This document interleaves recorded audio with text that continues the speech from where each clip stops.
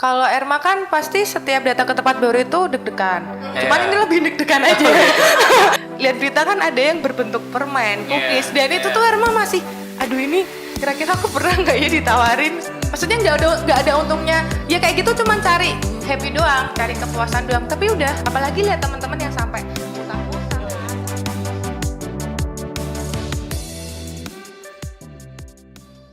Halo dulur gayang semuanya, Halo. Sugeng awal nonton podcast Jateng Bersinar.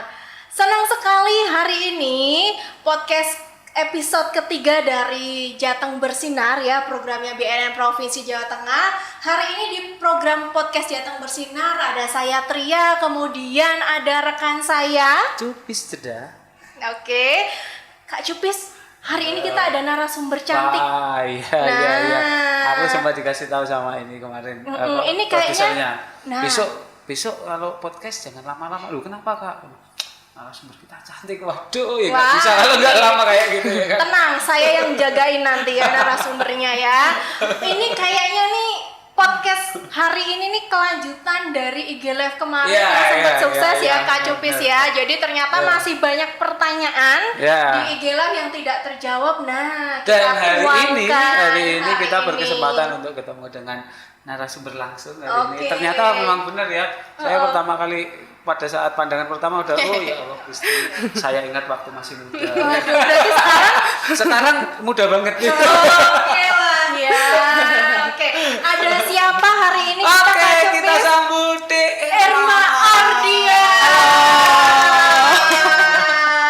Selamat siang, Dek. Halo, selamat siang juga Kak. Selamat datang di BNN Provinsi Jawa Tengah. Seperti jawaban di kuis kemarin, alamat BNN di Jawa Tengah di mana, Kak? Ada di Jalan Madukoro Blok BB Semarang. Wih, iya. Oke, Erma gimana kabarnya Erma? Baik, alhamdulillah. Tapi sebelumnya waktu opening tadi selamat datang tuh agak beda. Karena biasanya kan Erma selamat datangnya klinik kecantikan, selamat datangnya. Kalau ini kan selamat datang BNN tuh kayak mau seneng tapi kayak Badan Narkotika Nasional, tapi ternyata di sini undang sama podcast kayak seneng banget. Soalnya nih dari Erma teman-teman Erma kemarin tuh kayak kok ada yang bilang ngeri, ada yang bilang keren. Karena kan BNN kan stigmanya Baru pertama kali ini ya datang ke sini ya. pertama kali ini. Oke, semoga ini yang pertama dan besok-besok datang ke sini lagi. Benar, Ajak jadi nggak kapok teman-temannya. gitu ya. Iya, ajak Siap. teman-teman yang masih bilang ngeri-ngeri ajaklah ke sini. Ya, ketemu Kak Betul. cantik yang satu ini, Makasih Kak teman-teman. Cupis, makasih ini saya kasih uang Kak Ketemu Cupis nanti ya. ada di sini teman-teman semua. Tadi udah ketemu kan sama teman-teman Ya, sini. udah. Oke, kesannya Ya kan? saya pengen tanya dulu nih, kesannya Erma sendiri waktu tadi kan ada teman-teman bilang ya katanya aduh BNN tuh nanti serem, terus nanti ditangkep ini itu. Tapi Erma sendiri pas kemarin kan kita kan IG Live ya nggak bisa lihat langsung Iya. kantornya seperti apa. Kesannya Erma sendiri pas akhirnya datang ke kantor BNN Provinsi Jawa Tengah kayak gimana? Kalau Erma kan pasti setiap datang ke tempat baru itu deg-degan. Cuman Iya. ini lebih deg-degan aja. Karena sampai tadi lihat mana sih kantor BNN. Karena kayak aduh BNN, tapi pas sudah masuk alhamdulillah Kak Dela nyambut dengan sangat ramah. Aduh. Terima kasih Kak Dela. Terima kasih Kak Dela. Kak Dela, terima kasih. Terus pas datang ketemu kakaknya kayak yang jiwa muda banget loh. Dan ternyata kan emang kita sepantaran. Iya, kita semua. Kita masih muda. Ini di Irma muda, saya muda. Bilangin ya di IG Live kemarin ya waktu kita nyebutin biodatanya Erma Ardia ini usianya nggak jauh beda ya Iya, kan? 11, Erma usia 12 berapa kemarin. kemarin? Bilangnya pas IG Live? 24 tahun. Pokoknya 24 aku tahun. ingat kelahiran 97. Iya, Nah, usianya 24 tahun, saya nggak jauh beda 24, 34 ya kan? Beda beda dikit. Kakak tiga. Kalau aku nggak mau buka kartu kan. Oh, iya. Masih pantas 17 Iya, tahun ya. kemarin sudah tak tanyain butuh mantu nggak mau. Oke lah, kita lanjut nih. Oke. Kita perkenalkan dulu walaupun kemarin kayaknya udah kenal lah ya Kak Cupis ya. Erma Ardia. Erma Ardia ini adalah salah seorang influencer Nah. ya. Follower Instagramnya mencapai berapa Erma? 14.000 aku. Iya. Kak Cupis follow ya? Luar biasa ya. Sudah lolos QC untuk calon mantu ini. Tahun ini agak pesat sih. Maksudnya tahun ini tuh naik naik 1.700 Wow. dari bulan Januari Februari. Cuman sekarang masih kayak maju mundur tuh ada yang unfollow, itu sangat wajar sih. Ada Iya. unfollow, ada yang follow Iya. gitu-gitu. 14,4. Iya. 14,4 ribu ya, Iya. banyak banget. Nah ini bisa mewakili lebih dari 10.000, pasti saya yakin nih kan Erma ini kan mewakili generasi milenial, anak-anak muda terutama di kota Semarang, Jawa Tengah, atau namanya Instagram kan follower dari berbagai daerah ya, Iya. nggak cuma hanya dari di Semarang atau di Jawa Tengah. Hari ini senang banget karena akhirnya Erma Ardia ada di tengah-tengah kita. Kemarin sempat dibahas di IG Live ya bahwa Erma Ardia ini kegiatannya ada sebagai konten kreator ya, punya acara podcast sendiri, benar Iya, nggak, Erma, benar banget. Terus Kak Cupes yang ngikuti juga nggak? Boleh ngikutin aku. Coba apa namanya? Ini namanya itu jam rawan. Iya, jam Bener, rawan. Ya. Bener, Ya. lolos lah. Pokoknya bener. ngomongnya yang galau-galau. Ya, Oh. mungkin kakaknya kalau Taigi galau gitu. Iya. Boleh bersandar. Beneran jadi Oh. narasumber gitu. Oh, tak Bisa kirain banget. boleh bersandar. Bersandar ke tembok, boleh bersandar ke tembok ya. Oke.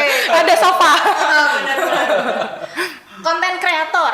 Kemudian saya pernah lihat biodata Erma Ardia ini ternyata Kak Cupes dia pernah jadi pemeran film soal narkoba. Oh, Benar ya Erma? Iya, benar. Itu waktu SMA.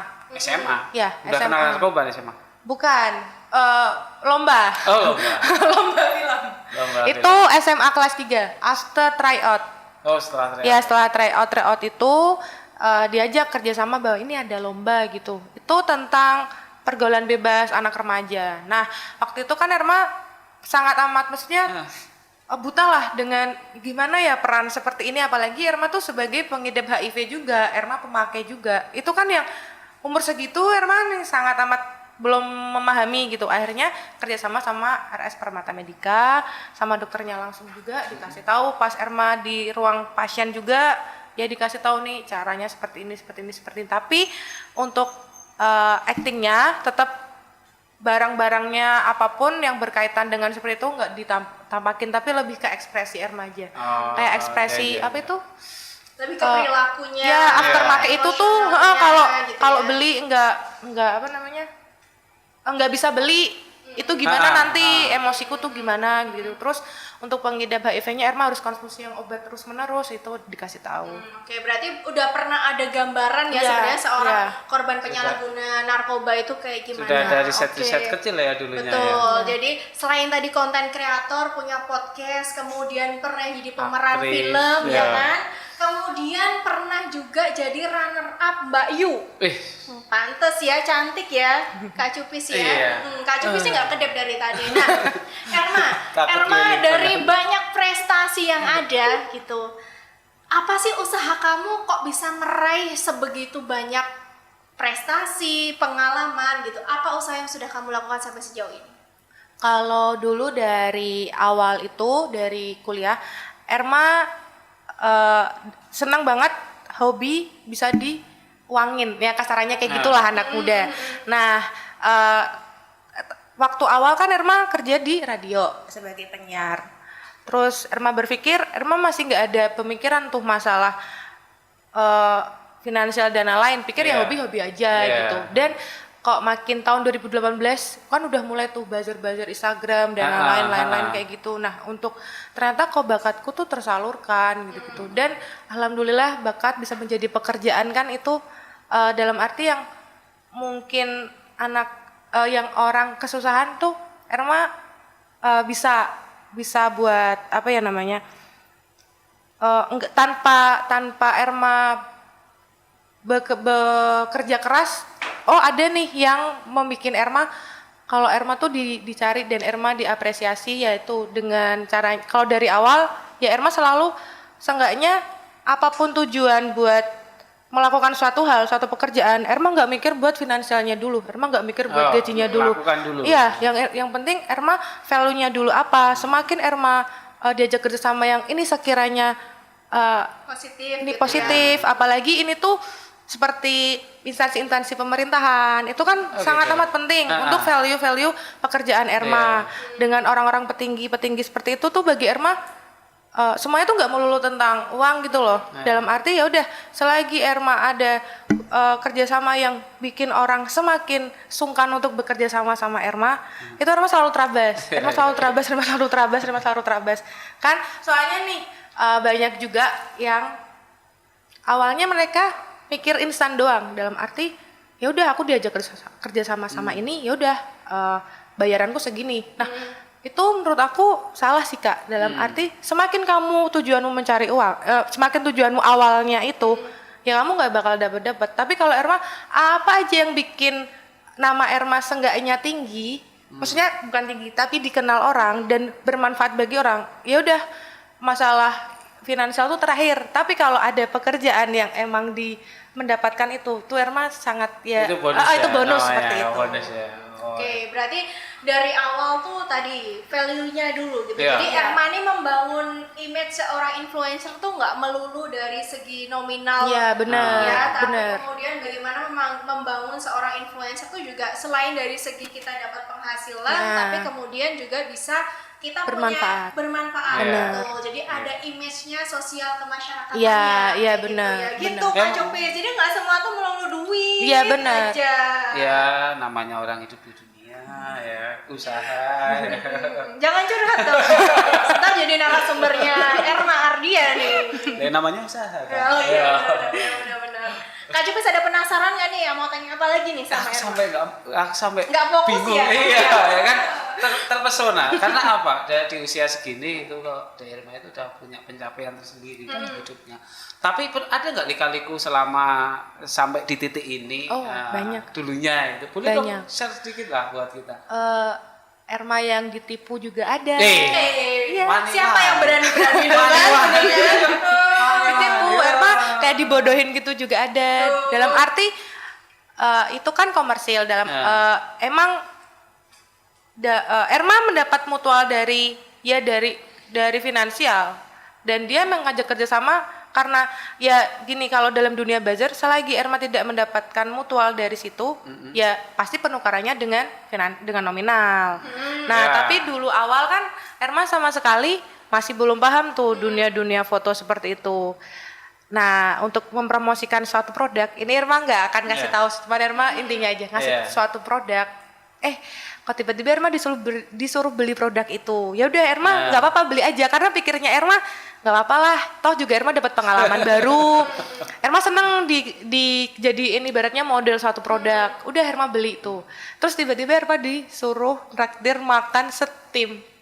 Iya itu, dan itu di salah satu resto di Semarang. Itu timnya siapa? Ya ada, itu timnya 3 orang. Timnya dia gitu. Yang ngajak Bukan kerja sama tim- Erma. ya. Jadi Itu. ibaratnya Erma ini udah dimintain tolong menjadi Disuruh model, bayar.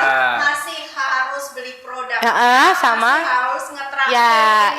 Ya, itu ada. Terus ada juga yang dari awal tuh ternyata maksudnya ditipunya gini, nggak ada omongan dari awal. Ini kerjasamanya gimana. Pokoknya Erma datang, terus ya bilang ini nominalnya ini. Oke, Erma datang. Pas Erma datang, tiba-tiba ya udah Erma tuh disuruh bener-bener yang kerja sana sini, bukan kerja sana sini sih, dalam arti pergi sana sini untuk pindah objek, pindah tempat. Itu dari pagi sampai jam 5, terus dikasih fee-nya tuh seminggu kemudian, dan itu tuh dipotong buat dia sendiri. Jadi Erma bener-bener the real. Erma tuh pernah yang namanya dulu awal banget kerjasama yang dibodohin ditipu digitu-gituin tuh dulu Erma sering banget. Cuman Erma orangnya diem dalam arti gini, selagi kamu seperti itu sama aku bakal balas dendam dengan cara aku bakal bisa buktiin kalau aku tuh aku bakal kasarannya kayak aku bakal dikenal orang, aku bakal dicari orang, nama aku bakal tinggi. Nah suatu ketika dulu kan ikut ajang-ajang seperti itu. Kalau dulu badan aku tuh badan sekolah model banget, makanya badan aku tuh dulu itu kan. Nah pas aku Dulu ketemu gimana? lagi, Aku juga Aku penasaran. Aku dulu juga gitu kan. Please. Kayaknya bisa harus percaya dong. terus waktu lagi lagi naik-naiknya ketemu tuh sama 2 fotografer yang dulu nipu Erma itu. Terus gimana reaksinya mereka tuh? Ya kaget, kayak aku Erma tuh bener-bener yang halo kak apa kabar gitu, terus kaget loh, Kak. Terus diliatin, terus Erma bilang ini Erma Ardia gitu, terus kaget mukanya kayak loh, kamu kok, apalagi Erma pakai selempang, kayak nih kamu pakai selempang nih, kamu udah nggak bisa kamu nipu Erma lagi. Terus ya udah, habis itu kelar dari situ bener-bener fotografernya dua tuh nggak ngajak ngomong Erma, kayak setakut itu gitu loh, buat akhirnya malamnya ke DM Erma langsung minta maaf, kayak ternyata hal yang dulu tuh masih diingat gitu loh sama kakaknya. Berarti punya niatan tuh ya mau minta maaf. Iya kan? Iya, emang ada niatan. Ya, itu namanya namanya ini adalah terbentur akhirnya terbentuk. Betul. Iya. Betul. Dan dunianya keras sekali ya, ternyata yang dijalani di Erma. Iya. Termasuk di dalamnya pernah nggak ada yang orang-orang nyoba nawar-nawar? Erma ini kan nyoba. konten ibaratnya Iya. tadi dunia entertain ya. Iya, dunia Jadi, keras sekali gitu. Aktris film nih, kemudian penyiar, kemudian Foto influencer, model. gitu. Pasti dekat dong namanya dunia entertain. Kalau kita lihat di TV aja Iya. kita Kak Cupis ya sering banget tuh kita dengar yang namanya artis ketangkep narkoba. Nah, Erma sendiri yang benar-benar real terjun ke dunia entertain, pernah nggak ketemu kasus kayak gitu di dunianya Erma? Kalau di dunia Erma sendiri tuh malah Ermanya yang nggak tahu apa gimana, tapi nggak pernah yang namanya menawarkan yang drill kayak kamu mau ini nggak, itu sama sekali nggak pernah, karena ya lingkungan Erma alhamdulillah teman-temannya nggak yang kayak gitu. Tapi itu di depan Erma, cuman di belakangnya dia mempunyai teman-teman lagi, Erma nggak tahu. Cuman kalau menawarkan minum itu ya, tapi kalau menawarkan barang sejauh ini Erma nggak pernah tahu ya. Lah cuman Erma kan nggak takutin, lihat berita kan ada yang berbentuk permen, cookies, dan itu tuh Erma masih aduh ini kira-kira aku pernah nggak ya ditawarin, soalnya takut karena Erma kan nggak pernah drill tahu bentuk bentuknya. iya bentuk yang drill dicampur sama murni. Maksudnya apa adakah perbedaan, yang taunya ya cuman di berita-berita doang, makanya kayak Erma kayak kadang takut ini aku tuh pernah ditawarin apa enggak ya gitu-gitu. Cuman makanya Erma tuh kalau mau tahu nih ya bentuknya realnya kayak gimana, bentuknya, manfaatnya, ada nggak sih manfaatnya Kak Cupis kalau narkotika? Ada ya? Ada. Kemudian bahayanya kayak gimana? Kalau pengen Banyak tahu bentuk-bentuknya bahayanya, bisa tanya nih sama sebelah Oke. saya Iya, ya. Nanti Bisa DM kemana? ya. Iya. Cuman Jangan. ini pencegahannya dari Erma sendiri, kalau dari orang tua bilang siapapun orang yang nggak kamu kenal, apalagi sekiranya itu dia udah goda-goda, apalagi ngasih minum atau apapun, jangan pernah kamu mau. Jadi ya udah, selagi itu nggak satu kerjaan sama Erma, misalkan lagi meeting atau ketemu orang itu kan berarti ini berarti tim kerja. Tapi kalau yang lagi kumpul tiba-tiba ini ada minum gitu, Erma sama sekali nggak. Mending Erma beli sendiri aja. Ini kayak gitu. Kak, Bagus nih, kuncinya di sini. Karena di Irma sudah membatasi dirinya bahwasanya enggak, aku bukan di dunia itu. Betul. Makanya orang mau nawar udah mikir dulu. Dia udah punya, ibaratnya kalau kata orang tuh udah punya benteng. Nah, Kak. iya. Iya kan? Iya Bener kan? ya. Ketahanan dirinya udah bagus. Dirinya udah terbentuk gitu ya. Mau nawarin apa aja. Gitu. Tapi gini, Erma, saya penasaran nih. Pendapat Erma sendiri soal misalnya orang-orang di dunia entertain yang entah itu alasannya terpaksa buat doping atau buat apa, akhirnya mereka terjerumus ke dunia narkoba. Menurut Erma sendiri gimana? Kan Erma ini benar-benar mengalami terjun ke dunia entertain ya. Pendapat kamu sendiri gimana sih? Kalau yang sampai doping obat gitu tuh sebenarnya kalau memang kamu terlalu banyak aktivitas, Erma kan pernah mengalami yang namanya aktivitas maraton yang benar-benar nggak ada istirahatnya. Maksudnya kalau memang kamu ada aktivitas yang sampai maraton nggak ada istirahatnya, cuman sebulan sekali aja itu Erma pernah sebulan sekali istirahat doang tuh pernah. Itu tuh lebih baik kamu ke dokter aja atau konsultasi atau disuntik vitamin. Dari yang the real dokter, bukan yang makanya Erma nggak paham nih kalau artis-artis memakai doping tuh apakah dia ilegal yang beli pesen dan lain-lain tuh Erma nggak begitu paham. Cuman kalau itu kan berarti udah dibatas nggak normal gitu loh, yang sampai ditangkap-tangkap gitu kan berarti itu udah di luar jangkauannya. Namanya penyalahguna. Iya, namanya penyalahguna. Menggunakan narkotika tanpa hak dan melawan hukum. Iya. Betul. Seperti itu Kak. Terus Erma, di dunia Erma ini kan Erma salah satunya sebagai konten kreator ya. Kalau namanya konten kreator nih kan harus punya banyak ide, benar nggak, Kreatif, Kak harus Cupis, kreatif ya kan? Namanya aja konten kreator Nah. ya kan. Berarti kan harus kreatif gitu. Iya. Nah, sejauh ini Erma untuk bisa dapat inspirasi, kemudian ide, kreativitas itu dari mana sih? Caranya gimana? Kalau dari konten kreator sendiri, Erma tuh suka ini apa namanya lihat-lihat video-video apapun video atau gini kadang teman-teman fotografer gitu, Erma nggak yang misalkan dalam arti foto terus udah kelar Erma terima jadi enggak, pasti Erma kadang kayak tanyain ini kamu ngeditnya gimana sih, pakai apa gitu-gitu. Iya. Dan jujur Erma tuh otodidak Kak. Erma enggak maksudnya dunia kuliah Erma kan komunikasi yang enggak ada kaitannya sama konten perkreatoran gitu kan enggak ada. Cuman ya pasti tuh Erma nanya teman-teman Erma yang mungkin kuliah di The Cafe, perfilman atau fotografer gitu. Cara ininya pakai apa sih, aplikasi-aplikasi gitu. Jadi ya Erma tuh tak ulik terus, tapi pasti tak coba. Makanya tuh Erma orangnya tuh termasuk nekatan. Dalam arti nekatan kalau ada hal yang itu peluang bagus buat Erma dan Erma tertarik, dia itu positif. Pasti bakal tak ulik sendiri. Terus hanya jadi konten kreator itu Erma ngulik nih, Erma pengen sesuatu hal yang enggak pasaran tapi lagi dibutuhkan seseorang dan itu lagi in-innya gitu loh. Nah, itu pasti Erma ngulik. Jadi Erma enggak mau yang namanya viral. Kadang kan ada mungkin buzzer lain atau gimana yang ngikutin lagi apa ya viral dikit dia ngikutin. Kalau Erma enggak, maksudnya justru Erma bakal naikin kalau itu udah redup. Kayak gitu.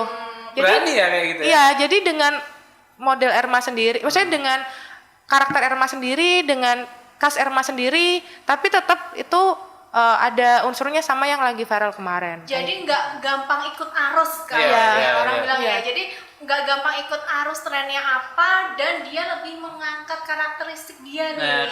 Kayak ikan hidup ya. Iya, ikan hidup itu kan berenangnya kan melawan arus. Iya. Betul. Ya kalau ngikut arus mati gitu. Betul. Soalnya waktu konten kreator itu Erma yang sampai udah dijadikan profesi itu kan baru tahun ini. Sedangkan yang perkreasian dari handphone tentang edit-edit segala macam itu kan sebenarnya udah dari 2020 awal. Tapi Erman nama dikenal sebagai tersebut itu ya tahun ini karena emang itu kan dardup. Cuma Erma naikin dengan khas Erma sendiri. Alhamdulillah ada yang sampai ini ternyata bakat Erma dijadikan profesi seperti itu. Oke. Terus apalagi Kak Cumis mau tanya mungkin? Aku sih gini, tadi disampaikan saya tertarik ini Kak Irma itu bilang nggak ada orang-orang yang nawarin saya kayak gitu paling cuman sekedar minum cuman perlu kita ingat lagi bahwa orang nawari narkotika, orang nawari narkoba kadang dia nggak mulai langsung memang mulai nawari keluar, ngajak minum dan sebagainya.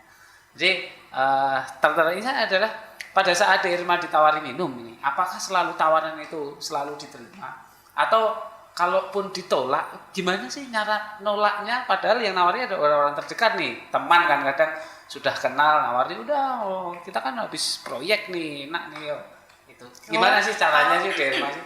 Kalau dari Erma kebanyakan yang gini, kalau dalam suatu buzzer seperti ini kan visitnya kan kita pasti gak cuman visit di kafe, kadang kita visit di bar, kita dapat undangan ini itu. Nah, apalagi kalau ada kru-kru yang dari luar kota datang, itu kan yang bikin amat sangat sungkan. Jadi lebih banyak kalau ditawarinya justru bukan teman, tapi kayak gimana kayak bos, yaudah tunggu di sini. Terus gimana? Apalagi gitu. Bos gitu kan. Nah, kalau masalah kayak gitu, Erma lebih ke giniin tapi udah kayak ini Pak makasih gitu-gitu.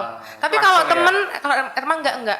Maksudnya dalam arti ya kamu serah, kamu mau minum serah, tapi jangan pernah ngajak temenmu kalau temenmu nggak mau. Kalau Erma kayak gitu.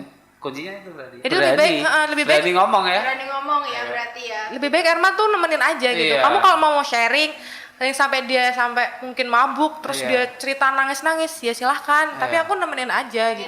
Jangan kamu ngikut ngajak aku buat hal yang kayak gitu juga. Dia punya, masanya dia udah punya ketahanan diri yang kuat nih. Jadi generasi milenial, muda yang semuanya di luar sana nih kalau ibaratnya dihadapkan pada situasi itu mau kayak gimana pun tawarannya, kalau dari dalam diri sendirinya sudah kuat, pasti bakal berani bilang menolak. Tapi menurut Erma sendiri sampai terbentuk keberanian, kemudian kesadaran untuk berani menolak seperti itu tuh peran paling besarnya dari mana sih? awalnya sampai kamu Awalnya. sekarang, oh aku tuh berani jadi Erma yang sekarang, yang berani menolak narkoba, berani bilang iya, berani bilang tidak, berani pokoknya apa yang ini berani tegas, itu awalnya Iya, dari kan ada itu Dek. Jadi gini, dia ngomong bahwasanya enggak, ini enggak boleh. Yang namanya minuman keras, narkoba itu enggak boleh merugikan ya kan. Tapi dia enggak berani pada saat temannya nawari, ada atau atasannya nawari, dia enggak berani nolak. Benar, nggak ya enakan. akhirnya dia ambil. Padahal dalam hatinya, perasaannya dia bilang ini enggak baik ini gitu kan. Ya, sampai terbentuk bahwa De Irma itu berani untuk ngomong enggak, saya enggak gitu kan. Ya, itu. Silahkan tak temani, tapi aku enggak mau lah. Gimana Itu nih? kalau dalam pekerjaan kan Erma tadi udah bilang kalau orang yang nggak kenal segimanapun ya lebih baik caranya kalau memang kadang Erma bilangnya kayak maaf nggak minum pak, kalau nggak diginiin doang habis itu ditaruh. Tapi kalau teman Erma sangat berani dalam arti ya kamu temanku gitu, kalau aku nggak mau ibaratnya aja yang misalkan dunia entertain itu nggak munafik lah yang namanya masuk apalagi visit ke dunia, visit misalnya dapat undangan atau acara jadi host kayak gini di dunia party, dunia tempat, dunia gemerlap gitu kan, itu kan nggak tabu lah untuk dunia para entertain gitu. Dan itu pun ibaratnya anak muda aja yang datang itu kan pasti langsung tergoyah apalagi dengan suara seperti itu. Tapi kalau aku situasinya mendukung kayak gitu ya. Tapi kalau aku enggak dalam arti kayak toh habis melakukan itu tuh nggak ada untungnya, maksudnya nggak ada untungnya ya kayak gitu cuman cari happy doang, cari kepuasan doang. Tapi udah apalagi lihat teman-teman yang sampai muntah-muntah lah, sampai ibaratnya sampai geletak, sampai dikasih kursi roda, kayak tak tanyain impactnya kamu ini apa kalau kamu sampai yang mabuk gitu ya, badannya pegel-pegel semua tapi hilang. Terus aku nanya hilang tapi kamu masih galau lagi kan? Iya, jadi kayak nggak ada untungnya gitu loh. Jadi mau gimana pun. Ini kayak berpikir efek jangka panjang. Iya, itu pasti. Jadi nggak cuma mikir sekarang enaknya sebentar doang, Iya, tapi benar, habis benar. itu berpikir efek jangka panjangnya. Benar. Menurut kamu sejauh mana nih, Erma, peran dari orang tua sampai akhirnya terbentuk Erma sekarang yang kemudian tadi berani menolak, kemudian bisa berpikir jangka panjang, bisa tahu ini bagus, ini tidak, ini boleh dilakukan, ini tidak. Sejauh mana sih peran orang tua atau keluarga deh? Kalau orang tua sendiri itu dari awal SMP itu sangat dekat sama Erma. Maksudnya Erma tuh dibebasin Kak. Tapi Erma semakin dibebasin tuh Erma makin tahu diri Kak. Wah, Erma tuh makin takut buat melakukan apa-apa. Sampai Erma aja kadang ditawarin job apapun tuh pasti Erma ngechat kayak Bapak, Ibu, Erma dapat kerjaan ini doain ya gitu. Yang mungkin sebenarnya Erma sudah sangat mampu dalam bidang itu, tapi Erma tetap kayak Pak Erma dapat kerja ini, Ibu dapat kerja ini. Erma selalu cerita, maksudnya ini kerjanya ngapain. Dan gini, orang tua Erma itu punya media sosial dan nggak ada sama sekali Erma hidden tuh nggak ada. Jadi orang tua tahu YouTube jam rawannya apa, Instagram Erma ngapain aja itu silahkan. Jadi pasti sedangkan mama Erma tuh anak Instagram banget, jadi selalu mantau, iya. Lah semakin gitu kan, walaupun mama sangat amat ngebebasin kayak sukses selalu ya, seneng banget anakku gini-gini, tapi justru Erma makin sungkan, makin kayak kalau aku melakukan sesuatu hal orang tuaku gimana gitu, soalnya udah ngebebasin aja, kayak gini aja udah dibebasin, masa aku bleto gitu kan kayak wah ngawur banget nih. Bleto ya, Semarang banget ya. Kayak gitu. Terbukti asli Semarang. Mama kekinian, ya kan Instagram banget. Iya. Jadi ya kalau orang tua pasti Erma, alhamdulillah orang tua selalu di belakang Erma gitu loh. Sampai Erma pulang jam berapa aja tuh Erma sadar diri yang Erma ngasih tahu. Erma barusan pulang nih gitu-gitu. Pulang tengah malam pun Erma cerita.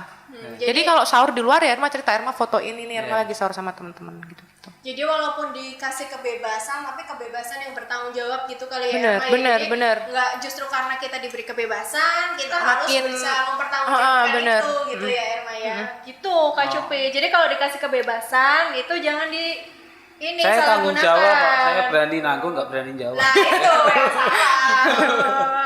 Tapi di Irma, kalau sama orang tua nih, ceritanya soal kerjaan aja atau pribadi juga diceritakan sih? Ya semua cerita. Tapi lebih kalau hubungan lebih ke mama, karena kalau papa itu kalau masalah hubungan, kan papa itu bagi Erma kayak ayah yang masalah hubungan tuh serah kamu, tapi itu mantau gitu loh.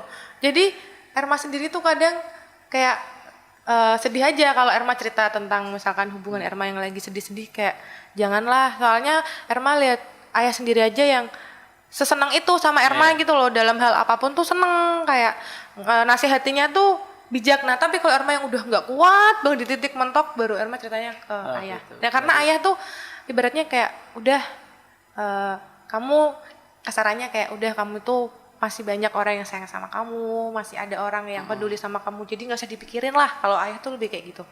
Dia jadi ya kepenyemangat. Kalau mamah lebih ke biasa perempuan sama perempuan. Temen curhat gitu ya. Curhat, ya. Curhat, oke. Menarik tadi dibilang. Jadi pernah mengalami titik terendah gitu ya tadi ya.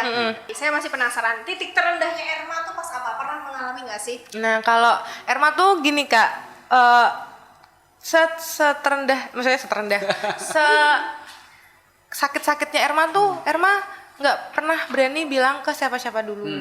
Jadi ya berani pun tuh setelah bertahun-tahun. Erma tuh mendeman. Jadi kalau ditanyain Mendeman kayak itu, gini, Mendeman itu iya loh. ini kena memendam. Ini harus dijelaskan dulu. Jawanya mendeman, kayak memendam gitu loh. Makanya kalau ditanyain pun titik terendah apa tuh, Erma sangat amat susah untuk memberitahu. Tapi biasa titik terendahnya anak muda lah. Mungkin dari Biasanya pekerjaan, dari hubungan. Nah gitu tuh Erma ada yang sampai wah. Ya biasa anak muda yang sakit hati tuh pasti ada kak. Terus Erma juga pernah kayak gitu. Nah tapi tuh nggak tahu ya, Erma sendiri pribadi itu teman-teman yang ngasih tahu juga bahwa pelampiasannya Erma tuh ke pekerjaan kak. Dalam arti gitu ya. dan delalahnya mungkin delalah kejadiannya. Non delalah, mendeman. Itu Apa pernah mau tadi ya? jadi ini apa namanya? Waktu itu pas lagi bener-bener ya biasa masih labil-labilnya yang nangis-nangis lah dan lain-lain, sakit banget. Itu orang tuh juga tahu kok. Itu tuh delalahnya tiba-tiba ada pekerjaan yang datang. Ada pekerjaan yang datang. Nah, gitu. Erma pikir daripada Erma galau-galau gitu kayak Mending ngapain. ambil Terus ya udah pas pertama memang masih kurang bisa profesional, dalam arti muka ininya kan masih kelihatan. Nah, tapi kok makin Erma lagi emosionalnya makin lagi nggak stabil, itu tuh makin banyak pekerjaan tuh makin datang waktu itu. Akhirnya ya udah Erma terabas, Erma ACC semua. Terus Erma jadi mikir kok aku gampang kealihkan gitu loh. Jadi kan kalau kerja dari misalkan nge-MC kan full kan, nggak ada istirahatnya. Itu jadi lupa. Jadi pulang-pulang tuh capek. Istirahat. Nah, itu Erma terapkan kalau Erma lagi di yang mungkin lagi galau atau lagi pusing atau lagi stres, Erma seperti itu. Sampai dulu yang Erma pernah bilang itu Erma maraton itu, Erma sampai suntik vitamin Erma ke dokter tuh gara-gara itu kak. Gara-gara Erma berprinsip semakin aku sibuk ya pulangku tuh cuman buat tidur. Nah kayak gitu. Tapi jadi kalau lagi sedih-sedih daripada Erma cerita-cerita, kadang kan bumbu-bumbu mulut orang kan Bener tuh. kayak gitu kan. Micin itu. Banyak ya. Ya Erma mungkin bakal cerita, tapi kalau itu sudah nanti yang Erma udah stabil. Nah jadi pasti Erma kerja. Jadi pasti teman-teman udah paham nih. Ini kalau Erma di Instagram, wah kayak nggak ada istirahatnya, apalagi diajak main hampir 2-3 minggu tuh nggak sama sekali nggak bisa, itu pasti mereka kadang berpikir kayak kamu lagi ada masalah apa gitu-gitu. Saking paham ya. Kalau Jadi teman-teman kayak gitu. ini mungkin bisa diambil poin penting buat generasi-generasi milenial, dulurga yang di luar sana ya, Kak Cupis ya, bahwa Kalau lagi galau, larinya ada ya masalah, alihkan ke hal yang positif gitu. Apapun itu ya Kak, berarti apapun ya? itu. Jadi kalau misalnya kayak misalnya Erma ini kebetulan udah ada kerjaan gitu, dia larinya ke kerjaan. Kalau misalnya aku masih SMP atau SMA, hal positifnya contohnya apa berarti? Iya, olahraga, ekskul, ya kan? belajar. Benar. Belajar itu menyenangkan loh ya. Iya ya benar ya. Tapi tuh dulu Erma tuh saklek loh kak, SMA tuh. Gimana? Sakleknya tuh kalau Erma lagi fokus belajar, ya cara biar Erma tidak teralihkan dengan hal-hal lain gitu, HP-nya aku kasih orang tua. Jadi bener-bener Fokus ya? no sosial media, iya. Karena ya itu dalam hubungan pacaran aja Erma tuh sudah dibolehin dari udah lama banget, dari SMA gitu sudah. Jadi ya biasalah masalah-masalah anak muda kan kadang kayak lagi kayak gitu. Itu mending Erma belajar, udah nih HP-nya tak kasih aja Erma. Nah sampai TV pun tuh Erma nggak mau dimasukin di kamar. Jadi kayak gitu. Kalau cuman SMA zaman sekarang kan nggak bisa Apalagi dipantau sekarang ya. zamannya bener. Iya, apalagi Daring, ya kan? apalagi COVID gini kan. Semua online. Iya. Nah, kalau nggak bawa HP nggak bisa belajar nih. Sekarang gitu. kan. Iya benar. Zamannya media digital sekarang emang nggak bisa nggak bisa dikontrol. Ya dirinya sendiri yang bisa ngontrol. Balik lagi tadi harus dari dirinya sendiri. Iya Betul. benar. Itu tadi. Oke. Erma terakhir bahas soal nggak pakai sosial media gitu. Nah, saya nyambung sama sosial media. Erma ini kan seorang influencer, otomatis buzzer ibaratnya ya. Kemudian penyampai pesan ke lebih dari 14.000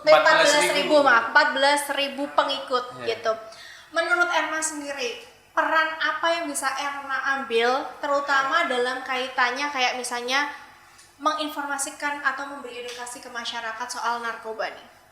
Peran Erma di media sosial. Betul, sebagai influencer tuh kira-kira Erma bisa nyumbang apa sih terkait dengan narkoba ini gitu, sesuai dengan peran Erma. Nah, biar kira-kira menurut Erma yang bisa lakuin Erma apa? Kalau untuk sekarang itu tadi yang awal kayak gini, awal dari ini aja Erma udah ngasih tahu duluan. Dan untuk yang nextnya gimana sih pencegahan itu bahwa ya, tapi Erma juga minta tolong juga misalnya sama kakak-kakak juga, dalam arti Erma kan memberitahunya bagian yang edukasi gimana sih golongan ini, larangannya apa, tapi BNN juga tadi kan kegiatannya ternyata juga ke masyarakat tuh sangat amat banyak gitu loh, langsung ke masyarakat. Nah, Erma pikir kalau di masyarakat aja dan mungkin tidak diimplementasikan sama anak-anak muda yang sekiranya punya power, itu kan orang-orang mikirnya ya BNN sekedar BNN tuh gimana sih? Tadi aja sempat nanya BNN tuh kalau orang pemaki tuh kemana ya? Kan orang makin masih belum paham. Apalagi anak muda mungkin ada yang bisa jadi ada yang pemakai tapi dia kayak pengen berhenti, caranya gimana? Mau ke BNN nanti, aku ditangkap nih. Nah, Erma tuh pengennya juga kakak-kakak ikut andil juga. Maksudnya ya Erma ngasih tahu, informasiin gimana sih upaya-upaya, tapi lebih enaknya kalau BNN juga ngasih tahu juga, bahwa dorong nih lo tenang aja kita, karena ke masyarakat tuh sesantai itu, maksudnya bisa diomongin baik-baik. Karena Erma sendiri aja lihat BNN awalnya kayak takut Kak, kayak ngeri banget. Terus tapi setelah tahu gimana tahu? Tadi kan kesan pertama kan tadi takut, serem, deg-degan gitu. Setelah masuk di lobi tadi disambut nggak sama itu? Ya, sama Kak Dela itu disambut ramah. Terus Kak Dela mah gitu jujur ya Kak, waktu di Instagram flyernya BNN udah kebuka tuh Erma udah deg-degan, kok hostnya 2 ini ngapain.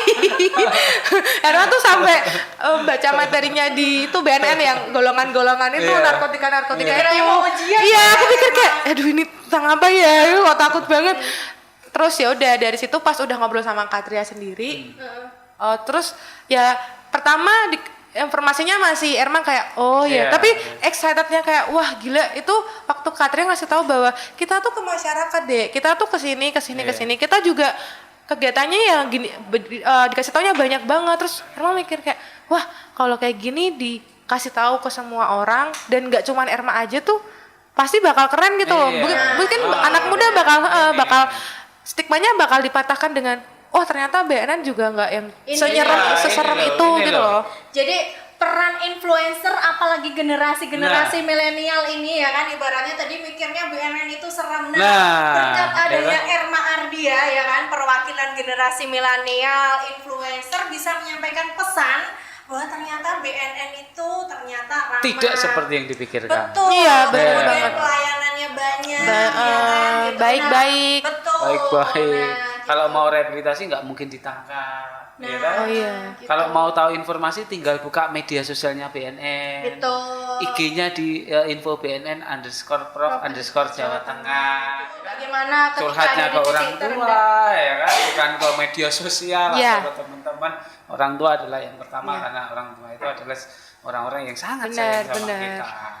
Gak terasa kayaknya Kak Cupis, tapi saya pengen ada closing statement dari Erma mungkin, terutama buat generasi milenial di luar sana yang seusia Erma, yang mungkin sekarang bingung apalagi masa pandemi harus ngapain. kemudian yang nggak tahu harus gimana, yang belum punya arah tujuan, cita-cita. Mungkin pesan buat semua dulur-dulur gayeng, terutama generasi milenial apa ya? Ini agak panjang nggak apa-apa ya, Kak? Nggak apa-apa. Asal nggak kali lebar, nggak kali tinggi loh ya. Kali panjang aja memang nggak apa-apa. Oke, jadi buat teman-teman semua, posisi Erma di sini kan sebagai perwakilan anak muda, khususnya Semarang dan Jawa Tengah, dan pasti memahami lah namanya anak muda itu emosionalnya masih tinggi, rasa penasarannya masih tinggi. Nah, untuk teman-teman yang lagi di posisi mungkin lagi emosional, lagi di titik terendah atau lagi di up-upnya yang nggak bisa menstabilkan diri sendiri, saran Erma jangan sampai gelap mata dalam arti melakukan atau terjerumus dalam hal seperti itu. Ibaratnya kalau kamu sudah terjerumus seperti itu dan sampai efeknya overdose sampai meninggal, itu kan sebenarnya tuh kasihan yang orang-orang yang kamu tinggalin gitu loh, kasihan orang tuamu, kasihan teman-temanmu.